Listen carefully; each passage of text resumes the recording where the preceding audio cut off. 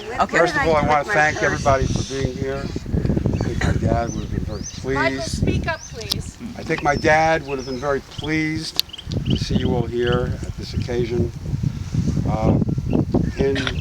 To my knowledge, in Jewish tradition, there's no real formula or set way to perform an unveiling. I was just speaking with Cantor Woods. He was saying to me that you should unveil the stone at a certain point in the ceremony. But I've been to ceremonies where they did it before. Some did it afterwards. I happen to be of the opinion that it should be done before, in deference to. That's a Jewish tradition. One does it one way, the other That's does it right. another. And so I like to do it from the beginning because I get inspiration from seeing the stone unveiled right at the spot. Okay. So I'm going to unveil the stone right at this moment. And we see a big, beautiful stone. You'll notice that the stone is a little bit larger than the other stones around you because, you see, Dad was bigger than life. He was a big man and he stood for a lot, and so he deserves a larger place, at least symbolically. Read what it says. And I want to read what it says. It's very important. Milton, Mickey, Yeshua, Mendel, Ben Yaakov, Halevi. Says September 1st, 1922 through July 24th, 2014. Beloved husband, father, grandfather, great-grandfather, World War II veteran, recipient of the French Legion of Honor, lover of cantorial music, and an ardent Zionist. And that only just begins to tell the story, even though there's an awful lot there. Well, there were some people, and I'm not trying to make fun of anybody or trying to be disagreeable, but some thought that it shouldn't be so much on a stone. It should be more diminished. And I think in the case of my dad, no. In the case of my dad, it has to be big. That's the way he was a big guy with a big heart, and the whole world should know the kind of heart that he had. They should know that he was an ardent Zionist. They should know that he received that Medal of Honor, that he was a World War II vet. They should know all these things about him. I just want to mention a few other things about Dad, just a couple little things. Besides all that, the thing that I remember most about Dad was the fact that he loved us all. And that to me was number one. I mean, whenever I was in his company, I could always feel his love for me. When I was with my mom and him together, I could feel his love for me and for my mom. When I was with my brothers, I felt the love for me and for my brothers, and for my sister. The family was the most important thing to him, bar none. And that's the only thing that's really not mentioned here, but you should all know that. That's the way he was. It was his family that meant the most to him. And of course, the extended family also tremendously. I mean, when we would go to Riverside and visit Uncle Milty and Esther and all the kids there, it was our extended family. They were his family. And then when we'd go to the family circle meetings, all of a sudden the family got even bigger. And he loved all of us so much. And he had so much love in his heart for all of us. So I just wanted to say that, and I'm going to let Alan say a few words about that. Dad, he just loved his family. He loved us. He loved us all. Not much for speaking, but what can I say? Life was tough for him, but he worked. Yeah, he worked very hard. He loves, he worked in the liquor store. He worked in the stationery store. He had business reverses, but he kept going. Kept going. He had an accident. He loved being Jewish. He loved things Yiddish. I can't speak very much Yiddish, but every time I heard him speaking Yiddish, I just kind of admired it. How could he do that? And I'm just sorry it didn't rub off on me. I could say a few words, and he loved Romania. When at the Seders, that was his theme song. And so that's all I have really to say. So we're going to... Maybe Danny wants to say Well, something. we're going to first invite Cantor Woods to say something. Okay. And then after Cantor Woods says something, we're going to invite everybody here, whoever wants to say, whatever they want to say, they can say something as well. So Cantor Woods, would you share a few words with us? Sure. Well, most of... over here, you can be with us. Okay. So you can address this. Discuss Mickey's Bashbucha here. Friends. Basically, what I wanted to say and what I'm going to say is that Mickey was a wonderful, wonderful man. Everything he did, he put his entire heart and soul into. And of course, the fact that he loved his family so much, the extended family as well, is proof as we see everybody here today. And he loved his music, he loved his Jewish music, he loved the fact that he had served, very proud, served his country during World War II, and he loved Israel as well. And I have a very brief summary of what a Jewish unveiling means, and I'd like to read that to you right now.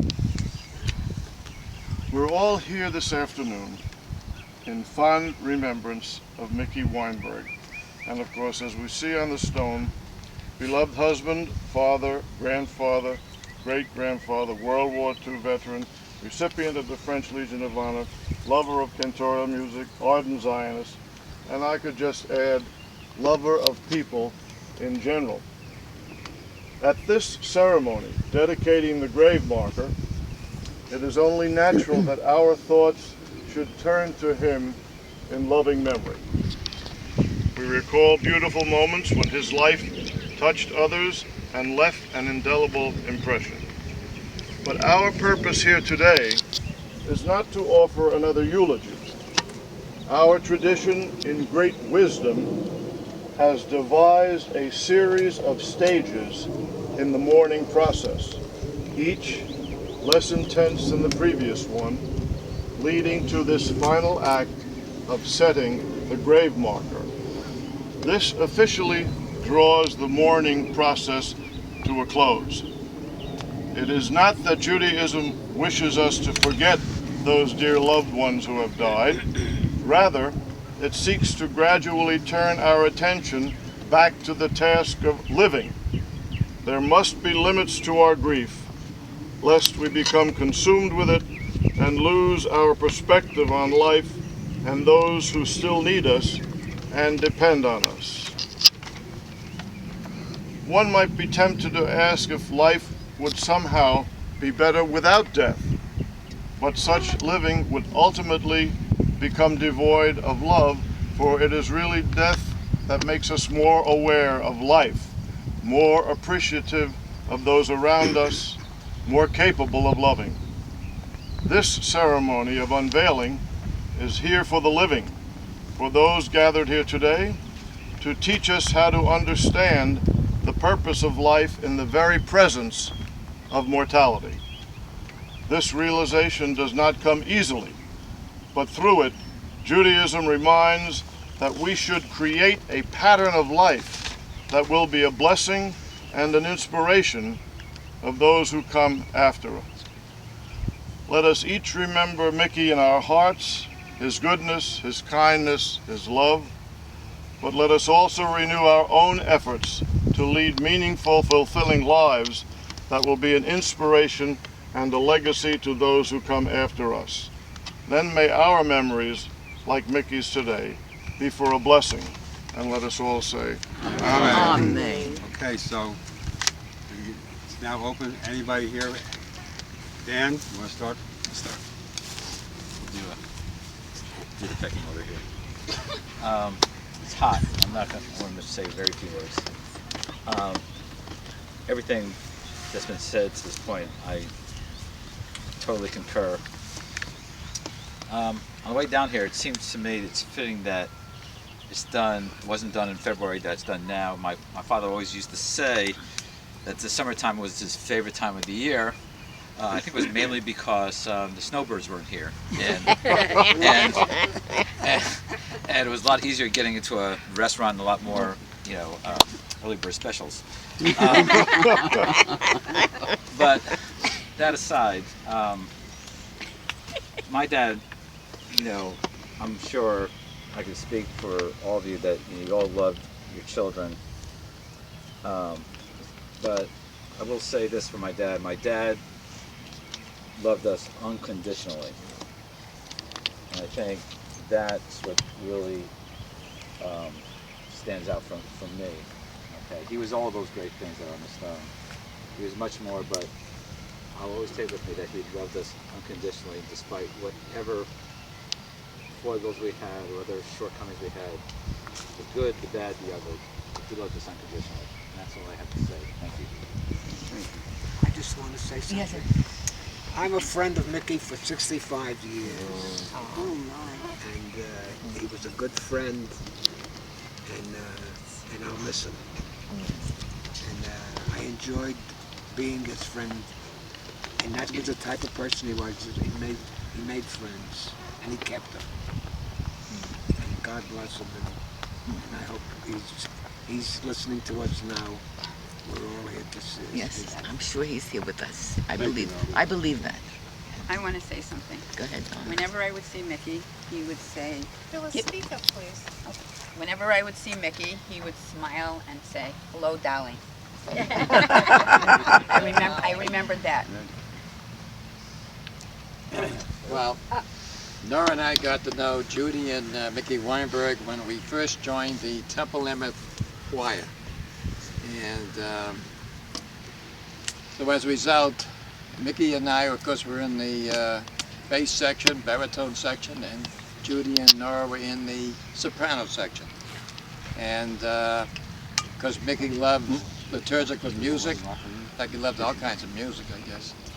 And so when we moved to Anshe Shalom, new people came with us, and once more we were in the baritone or bass section together. And even when he was not able to stand up that readily, I was to his side and helped him stand and stood by him. And he was just a great friend, and we also used to play canasta together. So naturally, when I sing now in the choir, I certainly miss him very, very much. He had a great voice, and somebody that really you just can't replace. So I really miss him. Yeah, and me. And I also remember him as King Ahasuerus and Queen Esther. He was my husband. Yeah. And Purim. And we always kidded each other about husband and wife. Yeah. And I said to Judy, "Don't be jealous, it's only for Purim." But we had such a good time and kidded all the time. Now we'll hear from his one and only daughter. Yes. I think the only thing I'd like to add is that my father was a man of great conviction and passion, and his sense of what was right and wrong trumped anything. He could withstand people's disapproval. He would lose friendships. He felt like what he believed was right. And as a kid growing up, you know, people fear their parents' punishment. I always feared my father's disappointment because he had such high standards, and he's a great guy. Can a wife say something? Oh, you want to say something, Yes. Louise? My dad was cousin of Mickey, first cousin, and I didn't know that he existed. My father used to talk about Archie and Mickey, but I never met them. I met their father. And when I came down to Florida 5 years ago, Mark and Sharon mentioned to Judy and Mickey, "You have another cousin here." So we went over and met, and every time I met Mickey, he says, "Hi, cousin." And we would laugh, and he always loved his old movies, which are the Pinnacle, is it? The ones that he is in. He was the ones that he was in. HMS Pinafore. And Mikado. And right, and I used to love to watch him, and he had such a great voice. And I just thought, he tried to teach me canasta. I learned one part of it, and he just was so wonderful. I just loved to be with Judy and Mickey, and I was glad I was able to meet him and have love for him, and how he cared about me very much. Yes. And I think Mickey's second wife. You want to say something? I wanted to say something. Go ahead. Go ahead. I'm so very, very honored that all of you are here. My friends over here, Rose and May and Gloria and Sharon and Marlene and Sue and all my friends and my dear family. I can't tell you what it means, and Nora and Bert, what it means, and my cousin Joe, we waited for her. She was the last one here, but We wouldn't start without her. We cared so much for our family, and that's what was Mickey. He cared for the family, but I was very honored. I was married for over 67 years. It was a really wonderful marriage, and everybody here can feel that love for each other, all of it. It's right here. It's really palpable. I just feel it. I just feel so very lucky that we are together, everybody. And thank you for coming. And then you're all invited back to my house for a little night. Okay? Judy, Oh, yeah. I need somebody to go with me to their house. You will. Okay, I'll go with you. I just quickly wanted to say that Mickey and I shared a love of language. And every time I saw him, he would speak Spanish with me. He And taught himself Spanish. I miss it so much. But loved it with the Yiddish in Romania. And ay, le echo de menos tanto, papá. Tanto. Can I also say something? Yes.